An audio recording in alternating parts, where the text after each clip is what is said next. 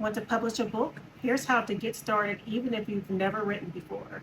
Greetings, my name is Argena Abundance, and I help side hustlers and aspiring business owners take action and create multiple income streams. Today, we are talking about self-publishing and how to get started. It's actually really simple, and I just want to tell you the different options that you have. So you have a lot of options when it comes to self-publishing these days. You can do a journal, you can do a romance book, you can do a notebook, a planner.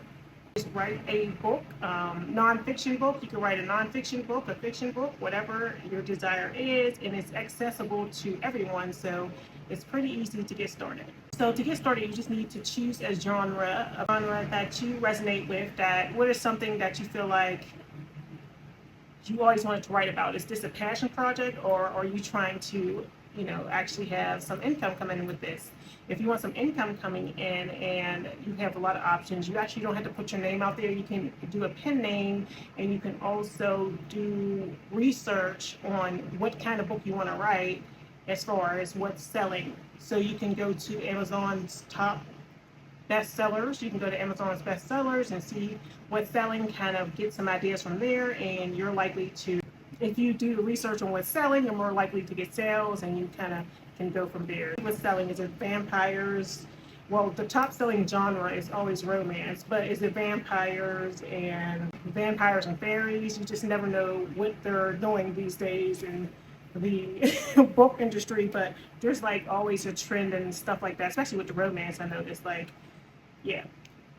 Another thing we always will love is cookbooks, romance, expertise books, like how to do something, how to self-publish a book, how to whatever you want to teach someone. So whatever expertise you have or that you can do research on and then write the book, you can do that as well. So the possibilities are endless.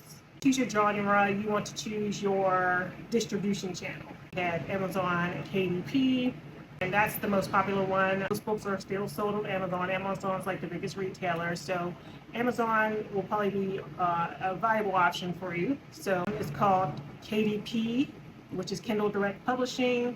And of course, with Amazon, their ebooks are called Kindle books. So Amazon, check. You always going to have to distribute on there, but there's so many other retailers people don't think about when they're selling their book. Draft to Digital, Apple, Kobo, Barnes and Noble. So there's another caveat for Amazon as far as publishing.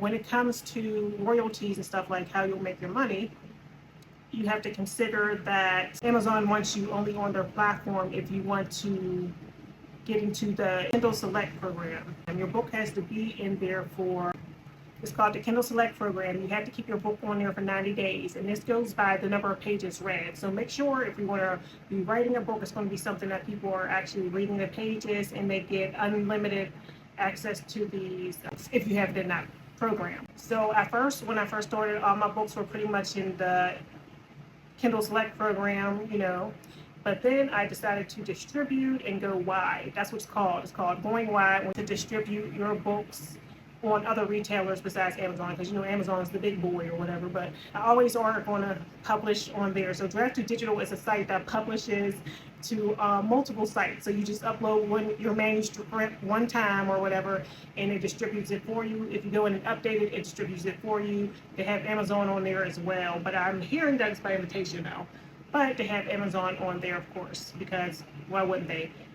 But I'd rather you just go into Amazon and that be something that you go in there and publish yourself, because what I do is I just publish my books directly on Amazon, and then I put them on Draft to Digital for all the other smaller ones. I did at one point have a Barnes & Noble, and I had to create an Apple account. I could never upload my books there. Barnes & Noble, you can go in and upload your manuscript. There's a way to sell on their site directly. Also Smashworks. You put your books in libraries and subscriptions. If you upload it to Draft to Digital, they'll do that as well, and you get paid by a rented copy and stuff like that. So once you find your category, you find out where you want to sell the book. Now you want to make sure after you write your book that it is formatted correctly, and I have multiple videos on how to format your ebook. It's formatted to whatever marketplace that you're going to upload it to. Okay, after that, you want to purchase and create a cover. So I've created a few covers. I'm not the best, but with Canva these days, you could do it all. So Canva is the place if you want to design your own book cover. And then there's also, if you want to purchase cover, I've purchased most of my covers, like 90% of my covers are purchased. And, I just went through Fiverr, and that's a good place to get like freelance stuff like book covers and things that you might, they got everything on there for $5 pretty much. Now it's $7.50 with the fees. It's not really $5 anymore, but yeah, there's all kind of stuff that you can do. You can either purchase a cover, or you can go and design a cover on Canva, which will be very easy. You probably can just type it into AI and they'll create your cover. I haven't done that yet. I haven't created a cover with their new AI. But hey, I'm not against it. Make sure your book is formatted to, your book cover has to be formatted at the right size as well. So they'll ask you to find whatever size you want your book. Like that book's probably like 13 by something, and like a 6 by 9 would be, that's a book. And this is a book that I wrote back in '99. 6 by 9 right here. That's the bigger, the journal. There's a abundance journal. This is like a 13 by something. So depending on what size your cover is, you're going to ask for that information if you buy it too. So just make sure when you make it on Canva, you just know, what size it is. It asks you the color of the paper, how thick it is and stuff. That's if you're going to do a paperback book. I don't know why I'm thinking straight to paperback, but that was my next point is once you create your ebook file, you don't even have to, the ebook cover file, the cover, you just upload it, it's like whatever. But if you want to do a paperback, that's what I was talking about as far as the sizing of the books, covers and stuff. You gotta do what you gotta do.